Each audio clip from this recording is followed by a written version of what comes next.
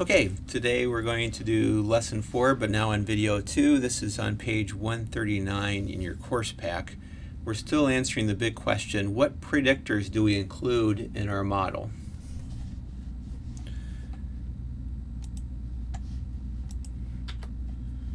So last time, video 1 talked about, do any of the predictors explain the variable in the response? This was the overall F-test. Today, or this video, is going to be about, does a particular individual partial slope contribute? How? And this will be the t-test. And then the question is, do some of the predictors explain the variability? This will be on lesson 6. This is probably the most robust statistical test, and by how much? So remember that question 1 from the previous video was, do any of the predictor variables contribute? This is the overall F-test.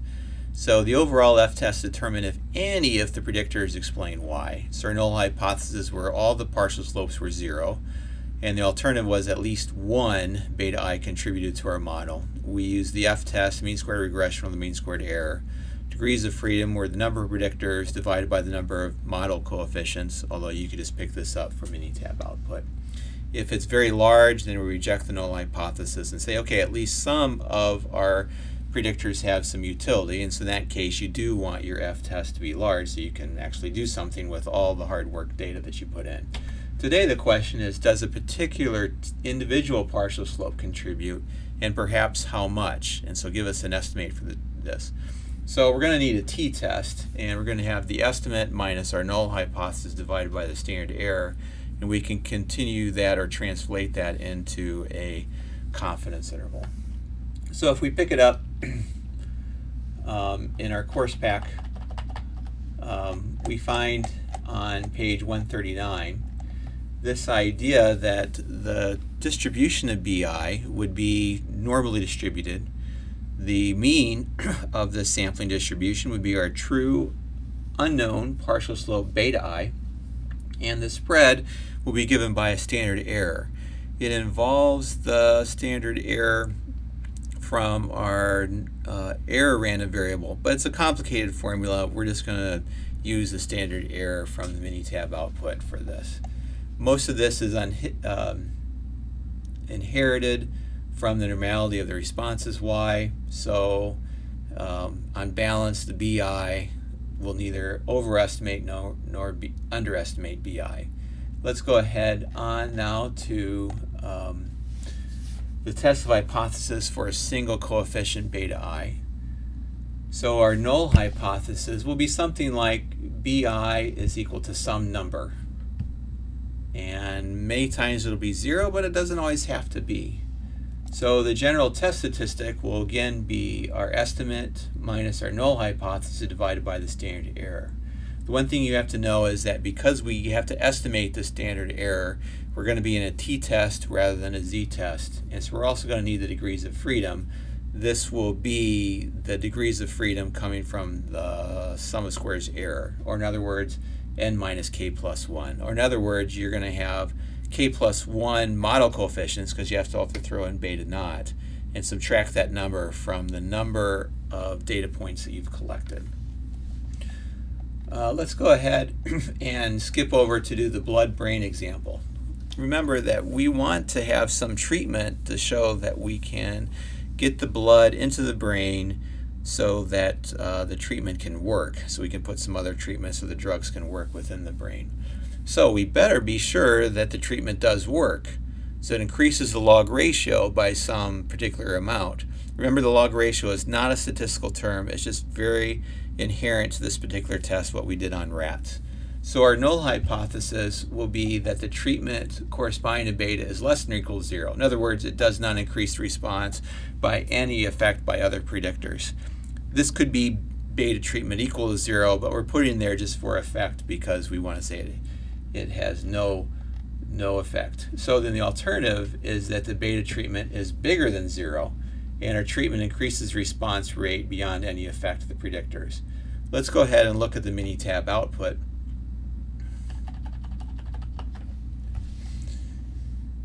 And if we go to the Minitab output, we can see the treatment is here, The coefficient is 0.730, the coefficient is 0.388, and our t-value and p-value is given. Remember, this p-value is a two-sided p-value, and we're only looking for a one-sided p-value.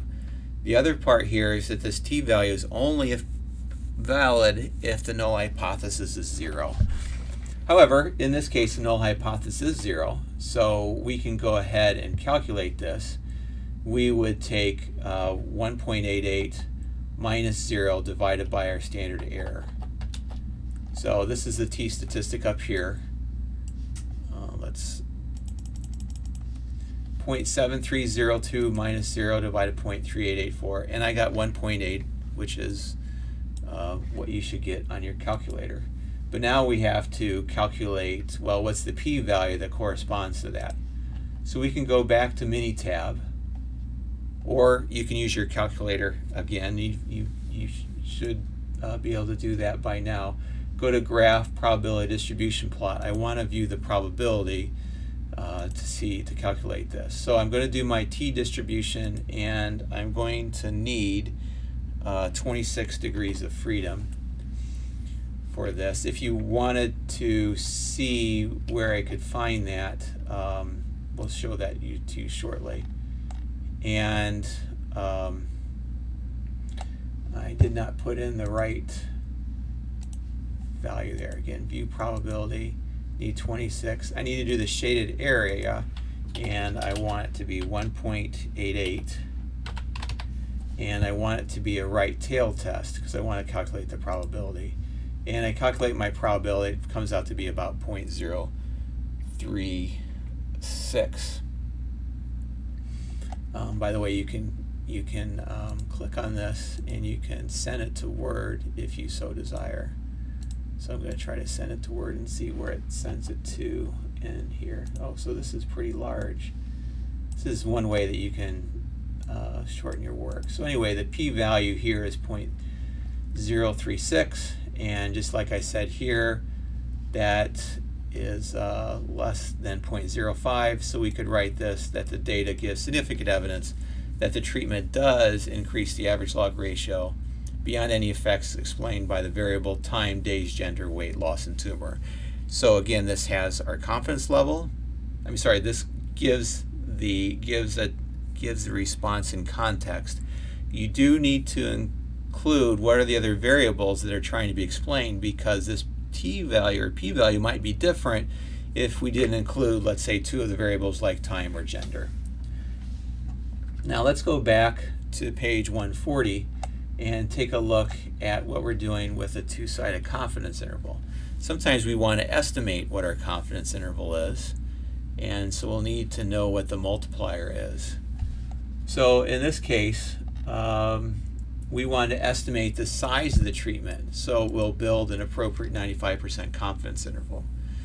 Since the alternative hypothesis was greater than, then our confidence interval will also be greater than or equal to. So again, we have our parameter, our estimate, our multiplier, and then our standard error. So we have beta I. Our estimate was 0.7302, and we can find that from our value. So again, 0.730, and our standard coefficient is 0.388. And we need to calculate what our multiplier is. So you could use your calculator if you wanted to. Use the t inverse, give it the area of 0.95, and you can find it, or 0.05. I'm going to go ahead and enter in this in the Minitab. So graph, probability distribution plot. Again, I want to view the probability. 26 degrees of freedom. Instead of the particular value, I need to give the probability. Since this is 95% and a right tail, I can go ahead and it's going to be negative 1.706.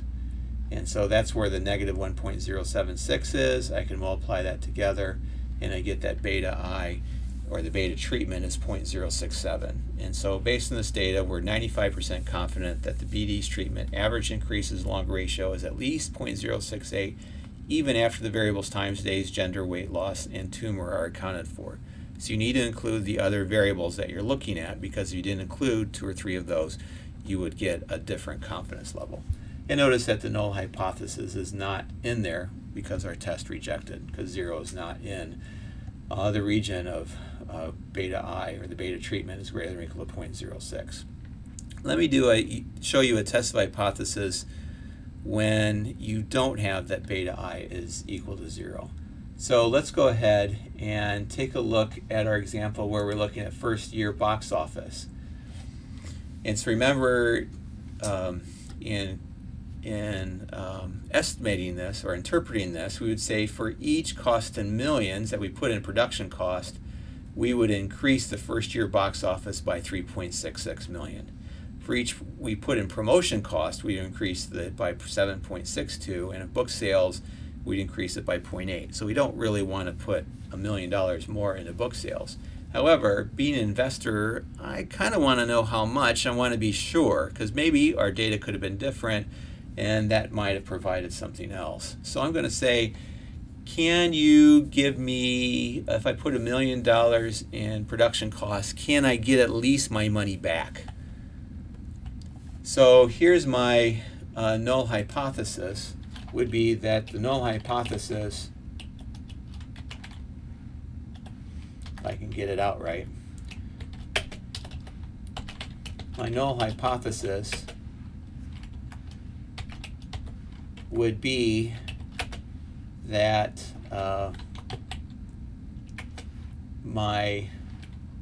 for putting into production cost would be it's less than or equal to $1 million. So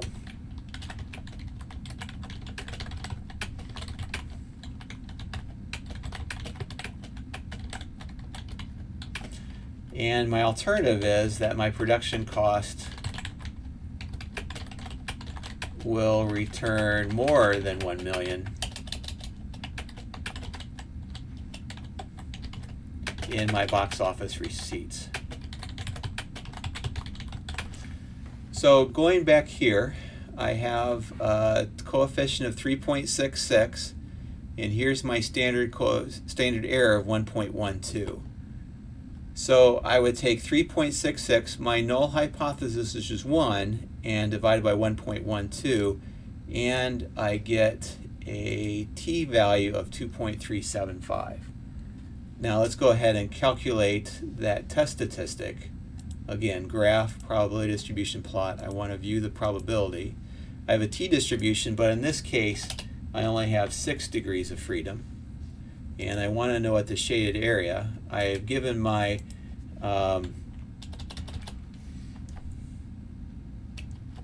my x value of 2.375, and I want it right-tailed. And what I end up getting is a p-value of 0.02757. So that's pretty good. I would reject my null hypothesis.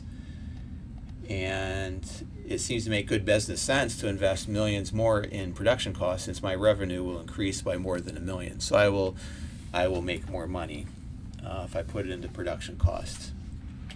Okay, so that would be an example where your null hypothesis is not 0, and I cannot just look at this t statistic or p-value because my null hypothesis is different. All right. So that was question 2, how we can look for an individual slope. The next time we will look at backwards elimination. This is an exploratory tool. Basically what we do is we remove the highest predictive variable until all the p-values below some value, 10% is suggested, and that will be perhaps my utility model. After that, we'll look at a more robust statistical test, because the backwards elimination method just provides me sort of some informal tools. This will be a more formal tool, which will explain the variability and by how much. Okay, until next time, I will be here in the video screen. Bye.